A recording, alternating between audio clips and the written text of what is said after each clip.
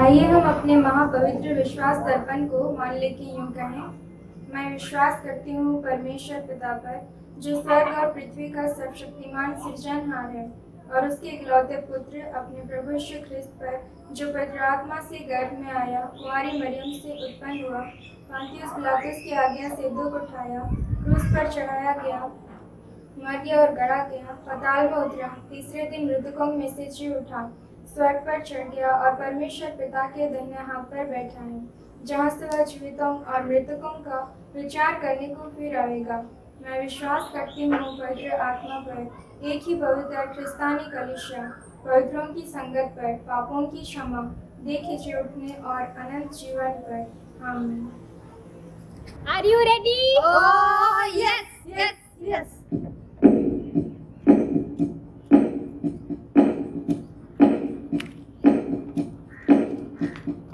सुनो ये कहानी यीशु की जुबानी, बीज बोने वाले की, बीज बोने वाले की।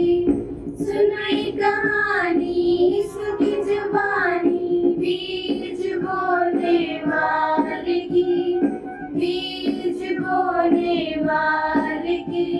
कुछ तो गिरा राह के किनारे, कुछ तो गिरा राह के किनारे, कुछ तो गिरा राह के किनारे। ओ रौंद गया, ओ रौंद गया। सुनो ये कहानी यीशु की जुबानी, बीज बोने वाले की, बीज बोने वाले की। कोई चुग गए हवा के परिंदे, कोई चुग गए हवा के परिंदे, कोई चुग गए हवा के परिंदे। ओ हवा के परिंदे, ओ हवा के परिंदे। सुनो ये कहानी यीशु की जुबानी, बीज बोने वाले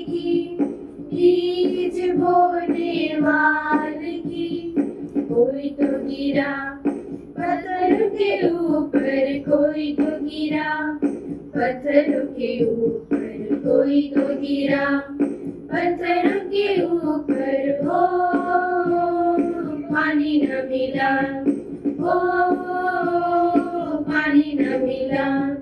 सुनो ये कहानी यीशु की जुबानी, बीज बोने वाले की, बीज बोने वाले की। कोई तो गिरा झाड़ियों में, कोई तो गिरा झाड़ियों में, कोई तो गिरा झाड़ियों में। ओ लगाया गया, ओ लगाया गया।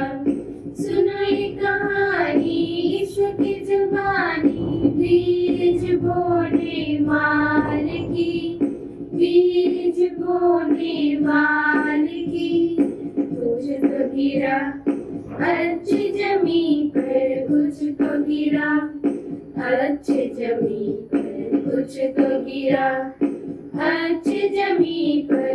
ओ फल लाया, ओ फल लाया। सुनो ये कहानी यीशु की जुबानी, बीज बोने वाले की, बीज बोने वाले की। सुनो ये कहानी यीशु की जुबानी, बीज बोने वाले की, बीज बोने वाले की। सबों को यीशु सहाय। आज का ऑनलाइन संडे स्कूल क्लासेस में आप सबका स्वागत है। आज का टॉपिक लिया गया है निर्गमन, उसका चैप्टर 9 से लेकर चैप्टर 12 तक। हम लोग ऑलरेडी ही प्रीवियस क्लास में 6 विपत्तियों के बारे में पढ़ चुके हैं और बाकी के 4 विपत्ति हम लोग आज जानेंगे और इससे ही हमारा यहाँ का ओल्ड टेस्टामेंट जो है वो कंप्लीट हो जाएगा।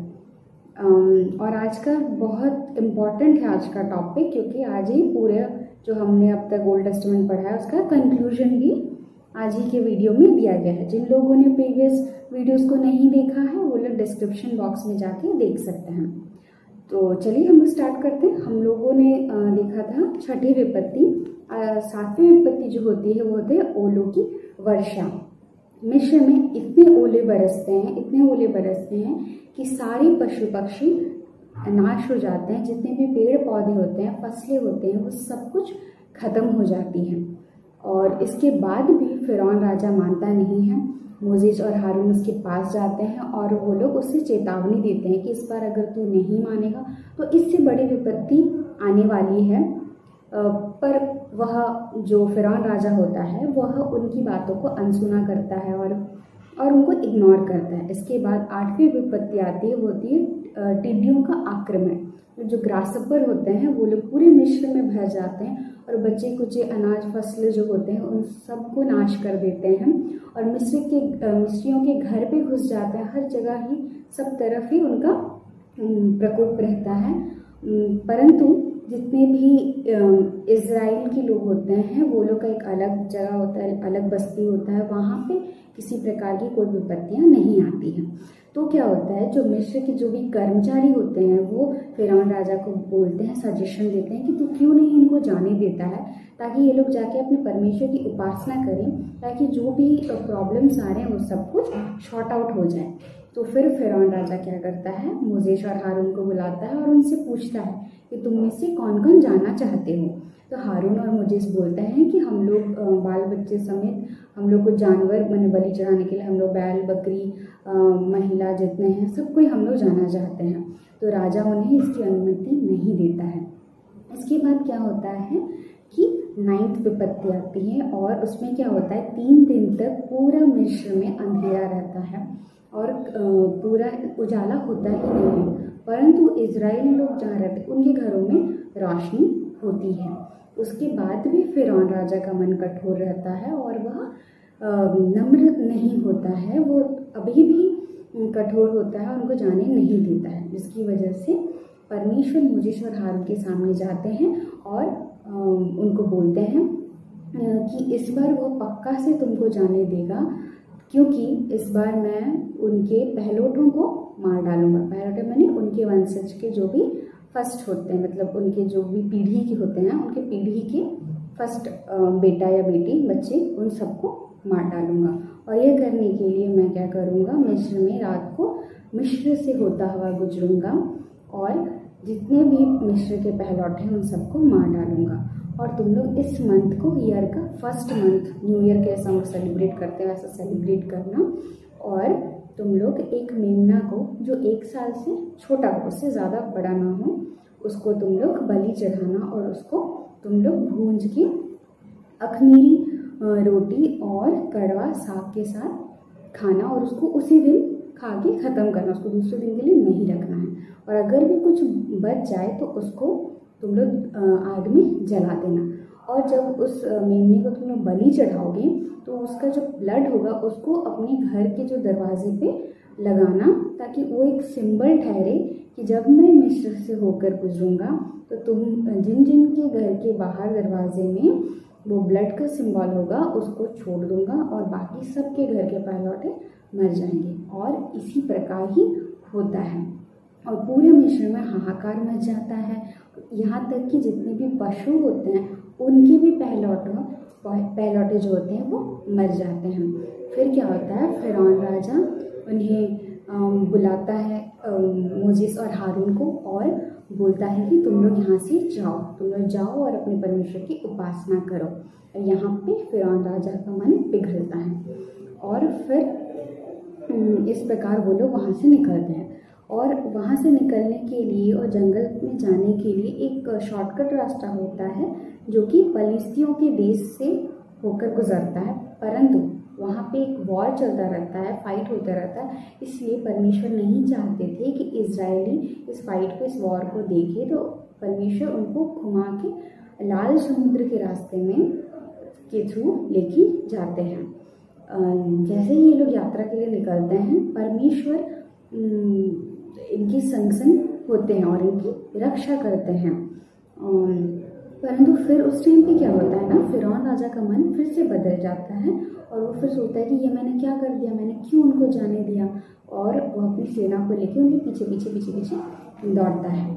और जैसे ही लाल समुद्र के पास इजरायली लोग पहुंचते हैं, देखते हैं कि लाल समुद्र सामने है और फिरौन राजा पीछे हैं, तो ये लोग डर जाते हैं। परंतु परमेश्वर उनका साथ देता है और लाल समुद्र को, जैसे हम लोग सब जानते हैं, मोजेस के थ्रू लाल समुद्र 2 भाग में बढ़ जाता है।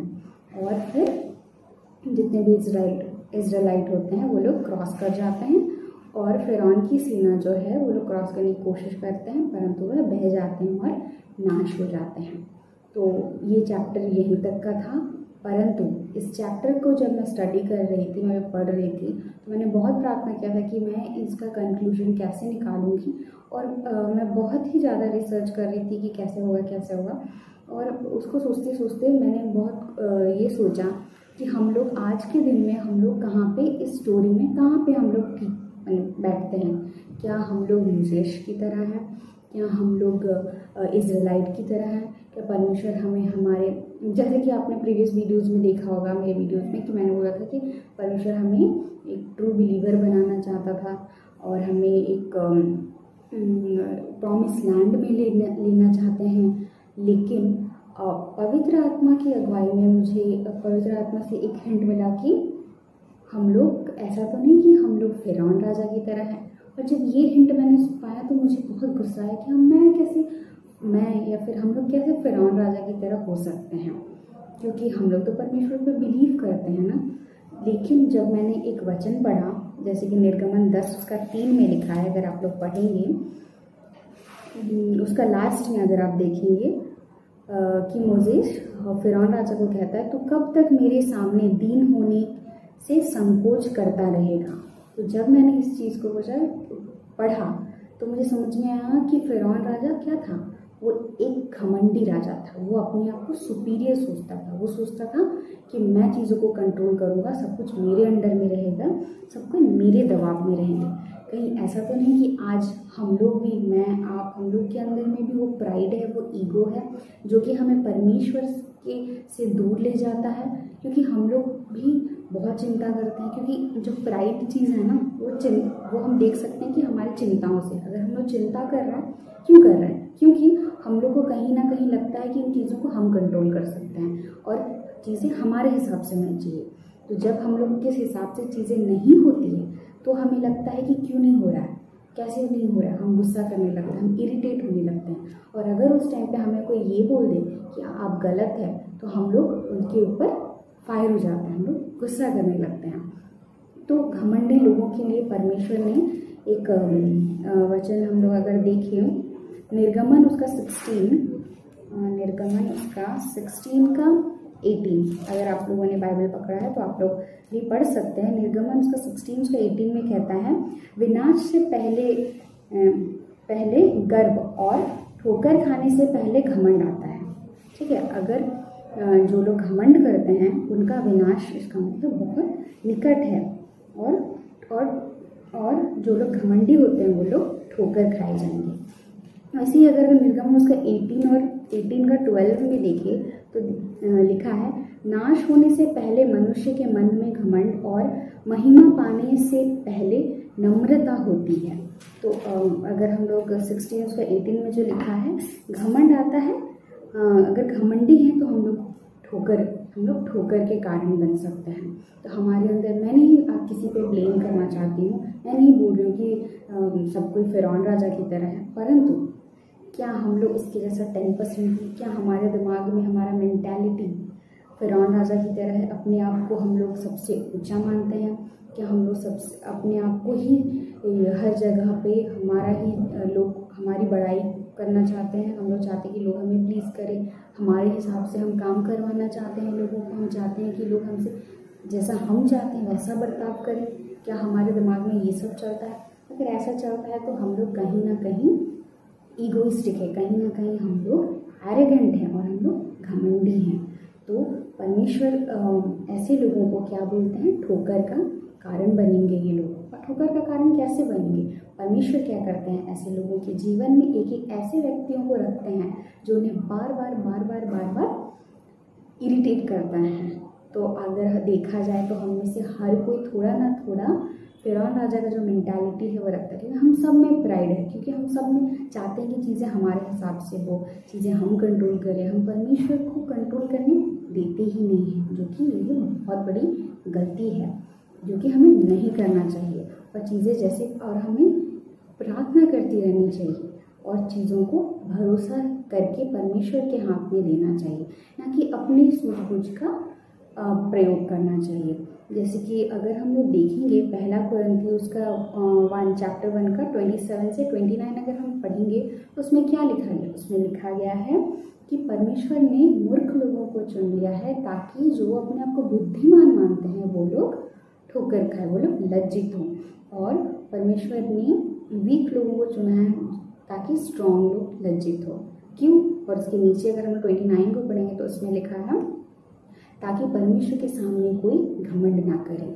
इसलिए हमारे अंदर अगर 10%, 20% थोड़ा सा भी घमंड है तो हमें घमंड नहीं करना चाहिए, क्योंकि परमेश्वर घमंडियों के घमंड को तोड़ता है। हमें नम्र, हमें दीन बनना चाहिए, जो कि फिरौन राजा बन नहीं पाया और उसके हाथ से उसका राजपाट सब कुछ नष्ट हो गया।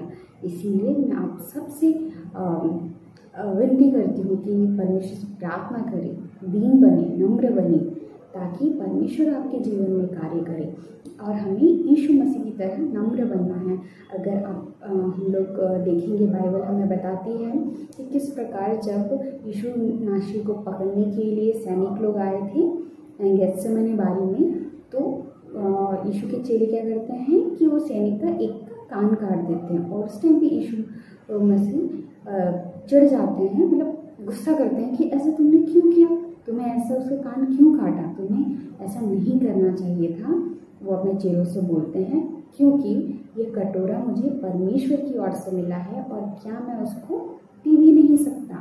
तो परमेश्वर यीशु मसीह को पता था कि उनके साथ क्या होने वाला है। वो तब भी नम्र थे, तब भी दीन थे, तभी भी वो दयालु थे और उस वजह से अब वो स्वर्ग में हैं और परमेश्वर के दाहिने हाथ में विराजमान हैं। इसीलिए हमें किसी और से कंपेयर नहीं करना चाहिए। कि हम लोग क्या करते हैं ना, हमारी चिंता क्यों आती है, क्योंकि हम लोग एक दूसरे से कंपेयर करते हैं कि उनके पास बड़ा घर है, बड़ा गाड़ी है, उनके बच्चे ये हैं, ऐसे कर रहे हैं, उनके पास अच्छा जॉब है। जब हम लोग एक दूसरे से कंपेयर करने लगते हैं तो हम लोग दुखी हो जाते हैं, निराश हो जाते हैं। परंतु हमें अपने आप को, हमारे कैरेक्टर को हमें यीशु मसीह ने जैसा हमें सिखाया, जब वो दुनिया में थे, संसार में थे, तो वो कैसे चल रहे थे, हमें उनके साथ कंपेयर करना चाहिए और उनको फॉलो करना चाहिए। उनके हिसाब से, उन्हें जैसे हमें सिखाया वैसे चलना चाहिए, ताकि हम लोग परमेश्वर के सामने क्या बने, पवित्र बने, क्योंकि हमारा परमेश्वर भी पवित्र है। तो मैं आशा करती हूँ ये वचन आप सबको समझ में आ गया होगा, और मैं आप सबके लिए प्रार्थना करती हूँ कि इस वचन के माध्यम से आप सबको आशीष मिले। मैं ये वचन यहीं पे ख़त्म करती हूँ। यीशु सहाय। आइए हम संडे स्कूल को अंत करते हुए प्रार्थना करेंगे। हे सर्वशक्तिमान दयालु पिता, इस घड़ी पिता हम एक संडे स्कूल होकर आपके चरणों में आते हैं। प्रभु जी, आप ही हम हर एक के संग साथ हो लीजिए। हम हर एक को पिता आप ही संभालिए, हम हर एक की सुधि लीजिए। पिता परमेश्वर, हम हर एक को आप ही के चरणों में समर्पित होते हैं। प्रभु आप ही हम हर एक को पिता परमेश्वर हमें संभालिए, और प्रभु हम हर एक को आप ही चलाइए। पिता परमेश्वर, आप ही अपने पवित्र आत्मा को हम हर एक के ऊपर उंडेलिए, ताकि पिता परमेश्वर हम हर एक को आपकी तरह पवित्र बनने सकें, और पिता परमेश्वर आपकी तरह पवित्रता के साथ हम जीवन जीने पाएँ। प्रभु जी, आप ही हम हर एक के संग साथ होकर हम हर एक की सहायता, मदद, अगुवाई कीजिए। आप ही अपने स्वर्गीय बुद्धि के भंडार से हम हर एक बच्चों को बुद्धि, ज्ञान, स्मरण शक्ति, समझ शक्ति से आशीषित कीजिए, और प्रभु जी हमें सुस्वस्थ जीवन प्रदान करें, ताकि पिता परमेश्वर हम हर एक को अपने पढ़ाई के जीवन में अच्छी रीति से पिता हम आगे बढ़ने सकें। और पिता परमेश्वर, हम हर एक को आप ही के हाथों में समर्पित होते हैं। हम हर एक बच्चों को आप ही अपने आशीषों से हम हर एक को भरिए, और पिता परमेश्वर आपकी सेवकाई के लिए हमें इस्तेमाल करें। पिता परमेश्वर, हमारे मंडली के, हमारे कलीसिया के बुजुर्ग माता पिताओं को आप ही के चरणों में समर्पित करते हैं। प्रभु आप ही उन्हें संभालिए, उन्हें सुरक्षित रखिए। पिता परमेश्वर, पूरे विश्व में जो कोरोना महामारी फैल गई है, प्रभु उस महामारी से हम हर एक को बचाए रखिए, क्या छोटे क्या बड़े, आप ही में समर्पित होते हैं। पिता आप ही हम हर एक को संभालिए, हम हर एक की सुधि लीजिए।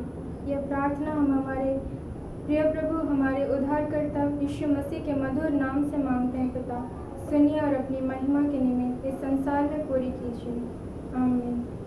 हे हमारे पिता, तू जो स्वर्ग में है, तेरा नाम पवित्र किया जाए, तेरा राज्य आवे, तेरी इच्छा जैसे स्वर्ग में है वैसे इस पृथ्वी पर भी हो। हमारे प्रतिदिन की रोटी आज हमको दे, और हमारे अपराधों को क्षमा कर, जैसे हम भी अपने अपराधियों को क्षमा करते हैं। और हमको परीक्षा में मत डाल, परंतु बुराई से छुड़ा, क्योंकि राज्य और पराक्रम और महिमा सदा तेरे ही हैं। आमीन। हमारे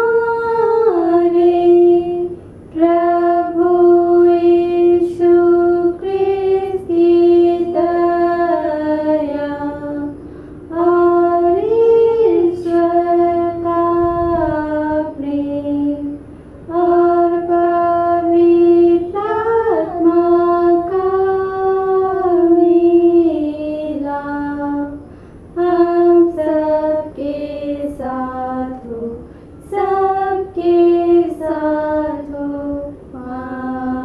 आमीन। इससे